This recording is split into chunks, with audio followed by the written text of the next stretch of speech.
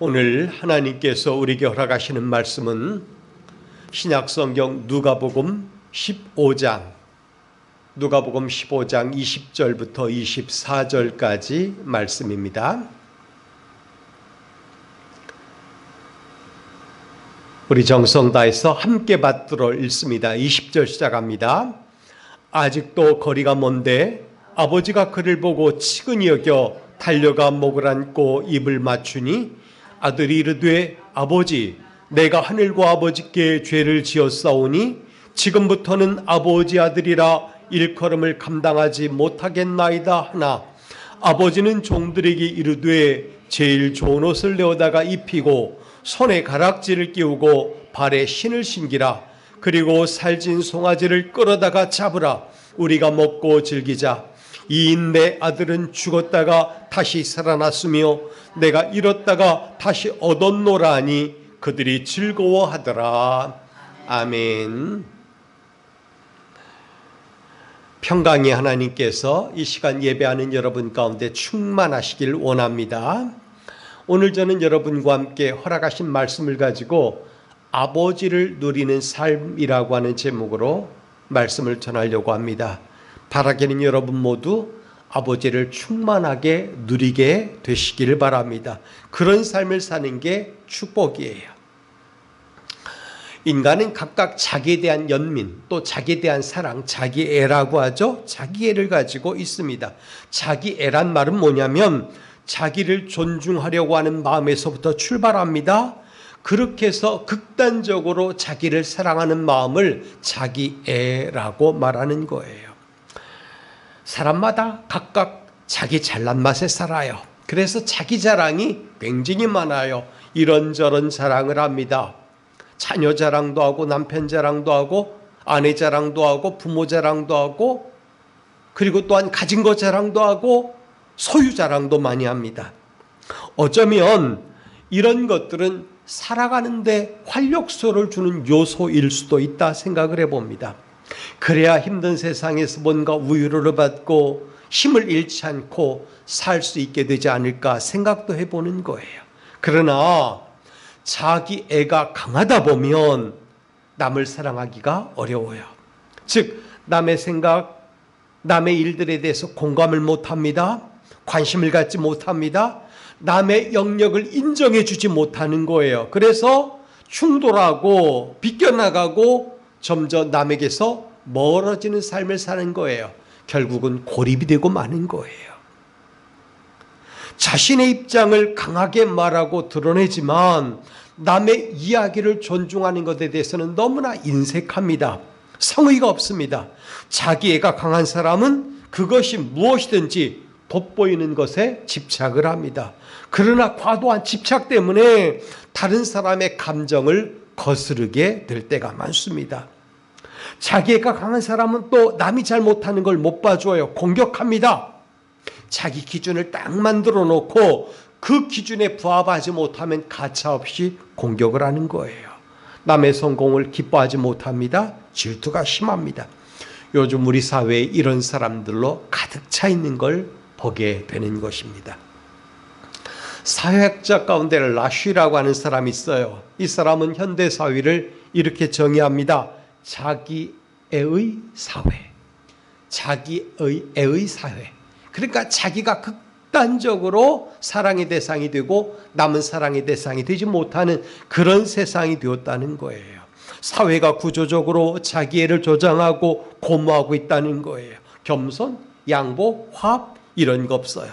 집단주의의 가치는 퇴색하고 개인주의의 가치가 승하게 되는 거예요. 그런 사회로 점점 발달해 갑니다. 나만 아는 거예요. 그러나 이런 자기의 성향이 강해지면 주변 사람들에게 혐오감을 줍니다. 그 인생은 소외를 당해요. 결과적으로 사회 부적응자로 낙오되고 마는 거예요. 어떻게 생각하면 이건 장애죠. 인격 장애 또는 사회적 장애라고 볼 수 있는 거예요. 제가 왜 이런 말을 하냐면 오늘 본문에 나오는 큰아들 그리고 작은 아들 어떤 의미에서는 각각 이런 부분에 적용되지 않을까 생각을 합니다. 이 두 아들은 부유한 아버지 아래서 태어났고 자랐기 때문에 나름대로 각광을 받았어요. 재산을 많이 가졌고 누리며 살았고 많은 종들로부터 우러름을 받았어요. 그런데 그 가운데 둘째 아들, 아버지는 이 아들에 대해서 얼마나 관대했는지 몰라요. 많이 사랑해 줬습니다. 재산을 요구합니다. 아직 아버지가 시퍼렇게 살아있는데 재산을 요구할 때도 아버지는 나눠주었어요. 이 재산 분화를 통해서 가정 불화를 막고자 했던 것 같습니다. 그만큼 작은 아들에 대해서는 관대했어요. 성경을 보면 작은 아들에게 제 몫을 주었다고 그랬어요. 또 큰 아들에게도 관례대로 작은 아들의 2곱이 되는 재산을 양도했던 것 같아요. 그러나 아버지는 큰 아들에게 아직 소유권을 이전하지는 않은 것 같습니다. 아니면 큰 아들이 효심으로 이렇게 말했는지 모르지만 아버지, 아직 아버지는 물러설 때가 아닙니다. 계속 맡아주세요. 제가 무엇을 할 줄 알겠습니까? 라고 말했기 때문에 실권이 큰아들에게 넘어가지 않은지도 모르겠어요. 어쨌든 아들 둘은 재산 분배 과정에서 실제로 불평할 게 별로 없었다고 보여집니다. 예상했던 만큼 공정하게 그들은 받은 거예요. 성경에 등장하는 아버지에게서 우리는 중요한 사실을 붙들어야 됩니다. 그게 뭐냐면 이 아버지는 자비하신 아버지라고 하는 특징이 있어요. 자비로운 분. 지금 아들들은 그 사실을 잘 몰라요.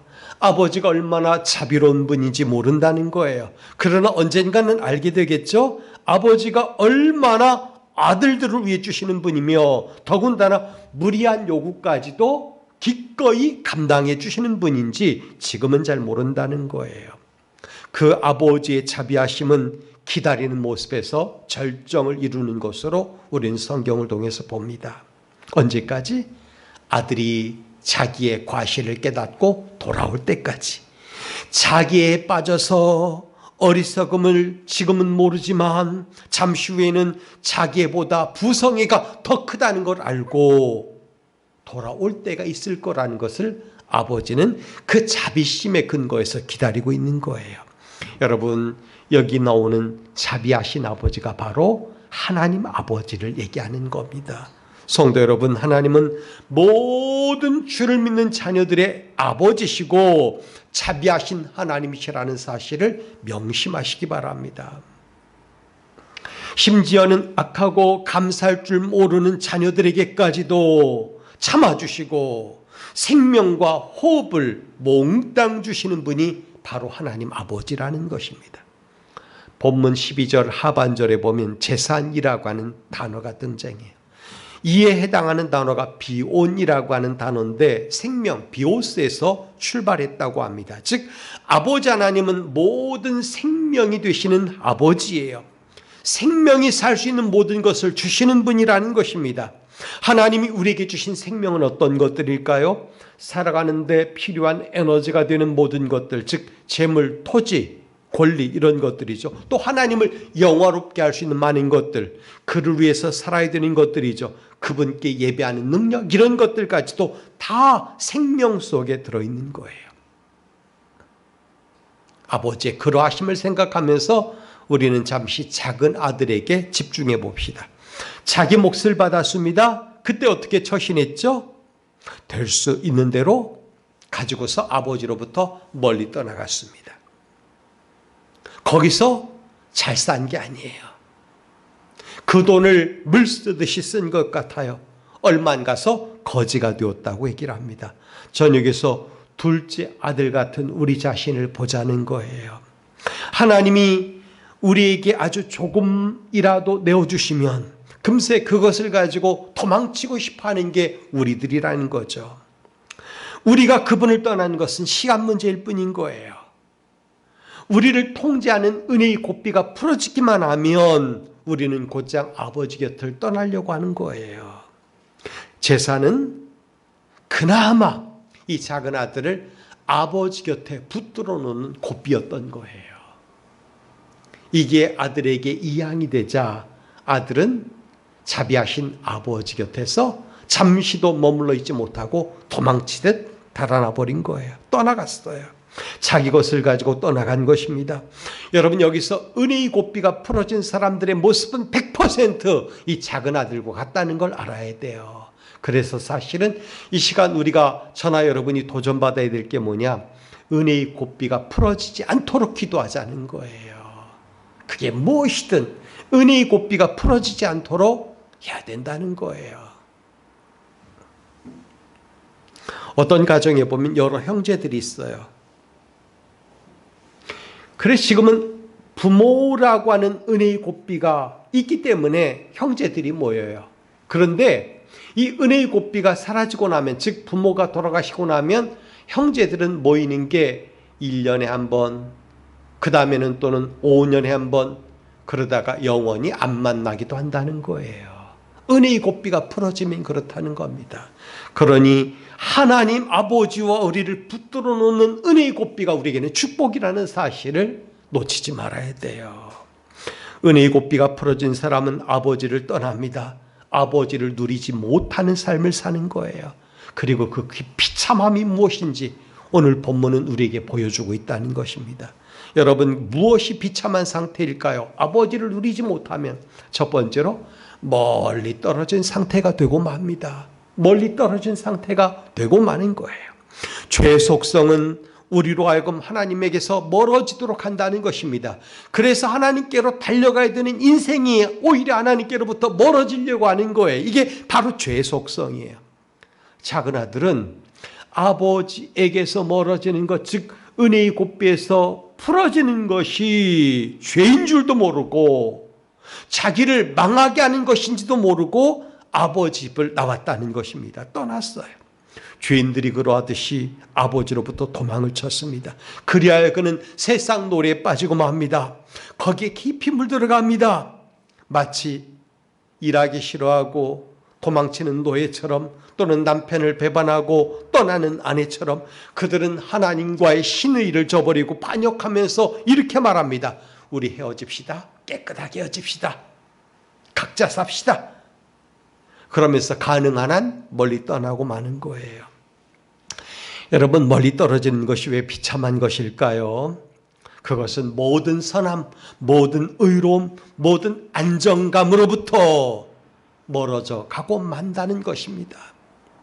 모든 선함, 모든 의로움, 모든 안정감의 근원이 하나님이신데 그 하나님에게서 멀어지니 자연히 선함도 의로움도 안정감도 그와는 교제하지 못하는 거예요. 여러분, 아직도 느끼지 못합니까? 하나님으로부터 멀리 떨어지는 것은 자유가 아니에요. 그것은 또 다른 구속, 즉 죄와 연관을 갖는 구속이라는 거예요.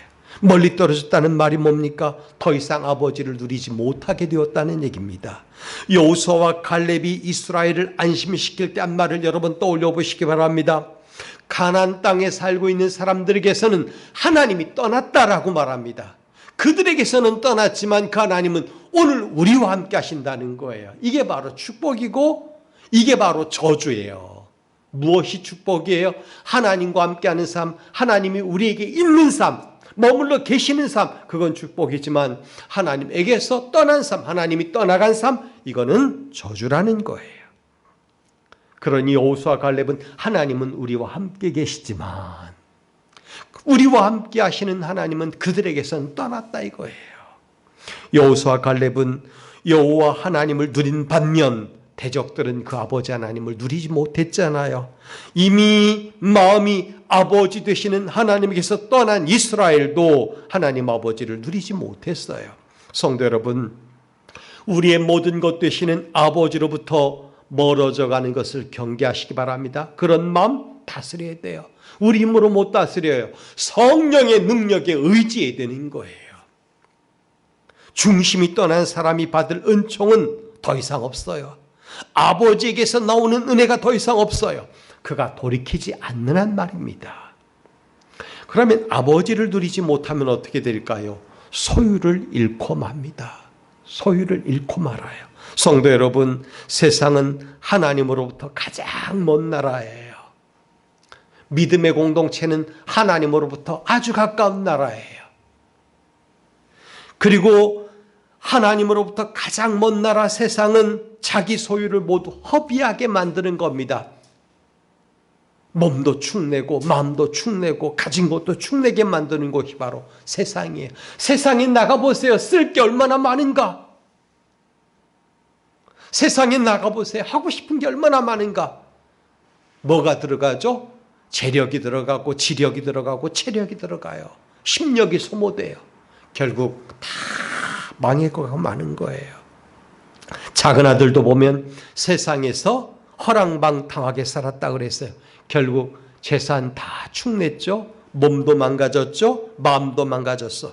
좋은 일에 쓴 게 아니라 창기와 함께 재산을 날려버렸다고 그랬습니다. 집 나갈 때는 황제처럼 살겠다 그런 마음을 가지고 나갔겠죠. 그때는 좋은 옷 입고 좋은 음식 먹고 좋은 사람 만나고 멋있는 여자 만나고 그러겠다고 나갔겠죠. 엄밀히 말하면 그가 쓴 것은 그를 위해 쓴 게 아니라 남 좋은 일만 시키고 만 거예요. 세상에는 그런 사람들이 너무너무 많아요. 자기를 위해서 쓴 것 같은데 돌이켜보면 남 좋은 일만 시키고 왔다는 거죠. 그의 혜택을 입은 무리가 누굽니까? 재산을 탕진하도록 부추기는 무리예요. 그가 소유가 많을 때는 그 주변에 사람들이 모여들었어요. 그를 넘어뜨리려고 하는 사람들이 수도 없이 많이 왔어요. 그들이 작은 아들이 주는 혜택의 최대 수혜자가 되고 만 거예요. 그리고 하나님의 영광을 깎아내리는 세력들이 둘째 아들이 주는 혜택을 누린 주인공들이 되고 만 거예요. 그런 동안에 둘째 아들은 자신은 물론 가족들에게는 씻지 못할 죄를 저지르고 마는 겁니다. 여러분, 바보는 스스로만 바보스럽게 사는 게 아니에요. 남까지도 바보로 만든다는 겁니다. 특별히 자기 주변에 가까이 있는 사람들까지도 바보로 만들고 말아요. 은사를 탕진한 바보, 영적 능력을 묻어둔 바보, 시간과 기회를 놓쳐버린 바보. 여러분, 우리는 작은 아들을 가리키면서 말할 때 너는 바보였어, 너는 참 멍청이었어, 너는 정말 못났어 라고 말하지만 엄밀히 말하면 그 손가락질은, 그런 비난은 우리에게 와야 된다는 거예요. 그게 바로 우리의 삶이었다는 거예요. 하나님만 섬기고 선한 일을 위해 쓰라고 주신 하나님의 섭리, 하나님의 은사를 우리는 세상에 맘껏 쏟아붓는 일에만 지금까지 사용하고 왔다는 거예요. 오늘 혹시라도 아버지를 누리지 못하는 인생이 이 자리에 있습니까? 그럼 하나님께서 주신 달란트, 은사를 또는 소유를 잃고 만다는 걸 꼭 기억하시기 바랍니다. 세 번째로, 아버지를 누리지 못하면 노예 상태로 계속 머문다는 걸 알아야 돼요. 작은 아들은 먹고 살기 위해 종살이를 할 수밖에 없었어요. 그는 가서 그 나라 백성 중 하나에게 붙어 살았습니다. 방탕한 생활이 이제는 노예 삶으로 더 한 단계 떨어지고 마는 거예요. 마귀를 잘 보시기 바랍니다. 작은 아들을 꼬여 아버지 집에서 떠나게 만들었죠. 즉 은총의 결박에서 풀어지게 만들고, 그게 자유라고, 그게 네가 행복해지는 거라고, 네가 멋지게 되는 거라고 꼬셔서 데리고 나갔죠. 멀리 떠난 곳에서 방탕한 삶을 살게 만듭니다. 그리고 이제는 그를 종으로 부리고 마는 거예요. 어디는 안 끌고 갔겠습니까? 도시나 시골로 마구 끌고 다녔을 겁니다. 마귀짓 하게 만들었을 거예요. 그가 무슨 의로와서, 그가 정직해서, 양심이 살아있어서 남의 물건에 손 안 댔겠습니까? 남의 물건에도 손 댔을지도 몰라요. 그러나 성경이 말하는 것은 종살이했다, 돼지 키우는 사람이 되었다라고 하는 말까지만 있기 때문에 거기까지만 얘기하는 거예요. 저는 이런 생각을 해봤습니다. 이 작은 아들이 아버지 집에서 누렸을 권위와 편안함 말이죠. 얼마나 편했을까요? 얼마나 당당했을까요? 많은 사람들이 그 사람을 주목하며 뭔가 하나라도 더 서비스하기 위해서 가까이 붙었을 거예요. 많은 사람들이 둘째 도련님, 도련님 하면서 부르며 식사, 의복, 잠자리까지 다 돌봐주어 왕자처럼 살았을 거라는 거예요. 앞뒤 문맥으로 살펴보면 아버지는 이 아들에게 특별히 힘든 일도 시킨 것 같지 않아요. 그런 젊은이가 종살이하게 되었으니, 다른 사람을 주인으로 섬기게 되었으니 얼마나 자존심이 상했겠습니까? 자기애로 충만했던 사람이 자기가 완전히 깨져버린 거예요. 그러니 얼마나 비참했겠습니까? 이리 부리고 저리 부리는 그 꼴이 얼마나 저주스러웠을까요? 죄 백성이 마귀의 종이 되면 그렇게 되고 마는 거예요. 마지막으로 아버지를 누리지 못하면 끊임없이 불만족합니다. 가족과 식솔들의 사랑과 관심을 한 몸에 받던 이 작은 아들, 이제는 궁핍하여져서 스스로 남의 집에서 종살이하게 된 것입니다. 뿐만 아니에요. 그는 굶주림을 메우고자 돼지나 먹는 쥐엄나무 열매를 먹었다고 그렇게 말을 했습니다. 먹을 게 없으니까, 주인이 충분히 공급해 주지 않으니까 그러는 거예요. 아버지 곁을 떠날 때는 아버지에게서 나왔던 그 좋은 것들이 좋은 줄 몰랐던 거예요. 귀한 줄 몰랐던 겁니다. 근데 나와 보니까 그게 얼마나 귀한 건지 종살이 하면서 돼지나 먹는 쥐엄나무 열매를 먹으면서 눈물을 흘리면서 겪는 거예요.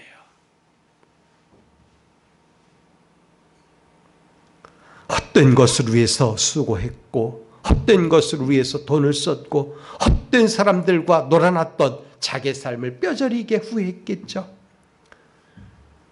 그럼에도 불구하고 그의 삶은 점점 떨어지고 맙니다. 아들은 주인이 주는 음식 그것으로 만족할 수가 없었어요. 아니, 먹고 또 먹어도 허기졌던 거죠. 여러분, 세상은 그런 거예요. 우리가 뭘 소유해도 뭘 손에 잡아도 자꾸만 배고픈 거예요. 만족이라는 게 없어요. 우린 여기서 질문 하나 만들고 들어갑시다. 작은 아들이 돌아왔습니다. 그가 돌아오게 된 것이 세상에서 형통할 때입니까? 세상에서 망했을 때입니까? 물론 성경은 그가 망하고 왔다고 그렇게 말해주는 거 압니다. 여러분, 본문에서 우리는 아버지께 돌아오는 작은 아들을 보게 되죠. 가장 비참한 상태에 빠졌을 때, 다 허비한 후에, 이 세상에서 더 이상 누릴 것이 없게 되었을 때, 그때 떠오르는 게 뭐냐면, 아버지 집에서는 이 모든 것들이 그냥 누릴 수 있는 것이었는데, 아버지가 그냥 제공해 주는 것이었는데, 그러면서 아버지 집에 가면 아버지가 날 받아줄까? 뭐라고 말씀하진 않을까? 내쫓진 않을까? 얼마나 많은 고민했겠습니까? 이걸 하루 이틀 하진 않았을 거예요. 굉장히 오랫동안 고민했을 겁니다. 전 여기서 몇 가지 신앙의 주제를 만들어 볼 수 있었습니다. 그 가운데 하나가 뭐냐? 고통의 상황에서도 결코 은총의 날개 아래는 포기하지 말라는 거예요. 여러분, 하나님 오늘도 은총의 날개를 펼쳐서 우리를 덮기를 원하고 계셔요. 비록 우리가 고통의 상황에 놓여 있을지라도, 망해져간 삶을 살고 있을지라도 하나님은 그런 자라도 그의 은총의 날개 아래 두시길 원하고 계셔요. 아버지를 떠난 자리에 남는 것은 최악의 현장밖에 없다고 그랬습니다. 돈의 힘, 친구의 힘, 우정, 사회적인 혜택, 존중 여김, 이런 것들은 돈이 떨어지는 순간 다 떠나고 마는 것들이에요. 그런 것들이 사라진 자리에 우리를 힘들게 하는 것, 우리를 어렵게 하는 것들로 가득 찹니다. 고통의 상황만 놓이게 되는 거예요. 과연 그것이 작은 아들이 바라는 삶이었을까요? 아니죠. 성도 여러분, 최악의 상태에도 절망할 필요는 없습니다. 왜? 하나님은 여전히, 자비하신 아버지는 여전히 은총의 날개로 그 작은 아들을 덮길 원하고 계시기 때문에, 품길 원하고 계시기 때문에 그런 거예요. 세상에서는 누릴 수 없지만 아버지 곁으로 가기만 하면 누릴 수 있는 게 그거예요. 아버지께로 돌아가라. 죄를 지었어도, 삶이 엉망이 되었을지라도, 너 혼자 남았을지라도 아버지께로 가라. 이런 영적인 부추김을 받는 저나 여러분이 되었으면 좋겠습니다. 이 아들이 그나마 이 영적인 부추김을 계속 받고 있었기 때문에 아버지께로 힘들게라도 발걸음을 옮길 수 있게 된 거예요. 또 하나 신앙의 주제가 뭐냐면 고통은 아버지를 다시 바라보게 하는 이정표라고 하는 사실이에요. 그러니 여러분, 어려울 때 우리가 바라봐야 될 것은 현장이 아니에요. 하나님의 은총의 품이에요. 아버지를 바라보게 하는 거, 그게 내가 지금 겪고 있는 고통의 현장에서 이정표처럼 놓여 있는 거예요. 예, 너 힘들 땐 아버지, 그분을 바라봐. 그거예요.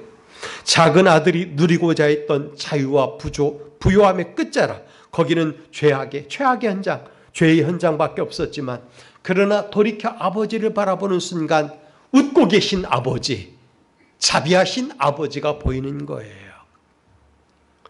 그는 고통의 자리에서 궁핍을 겪고 나서야 비로소 정신을 차리고 자비하신 아버지 품이 얼마나 따스하고 좋았는지를 알게 된 것입니다. 하나님의 은총 안으로 다시 들어가고 싶은 마음을 갖게 되는 거예요.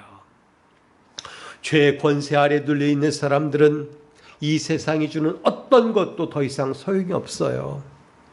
작은 아들에게 가장 필요한 것은 너를 치료해주마 하며 찾아오는 의사도 아니에요. 잠깐 다가왔다가 얘 힘들지? 손잡아주는 위로자도 아니에요. 오히려 절실하게 필요한 것은 아버지, 그분만이 줄 수 있는 거예요.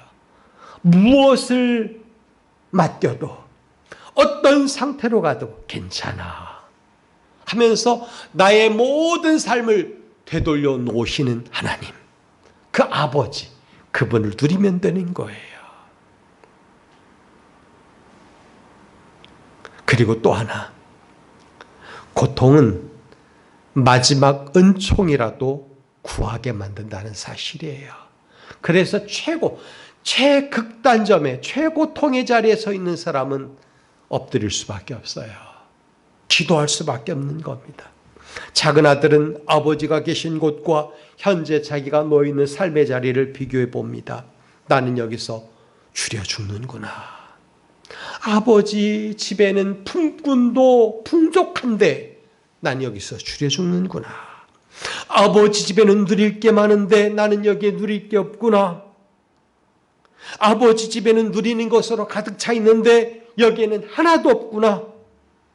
아버지 집에 고용된 품꾼조차도 그걸 누리고 사는데 나는 품꾼된 현재 신분에서 누릴 게 하나도 없구나. 그렇게 생각한 거예요.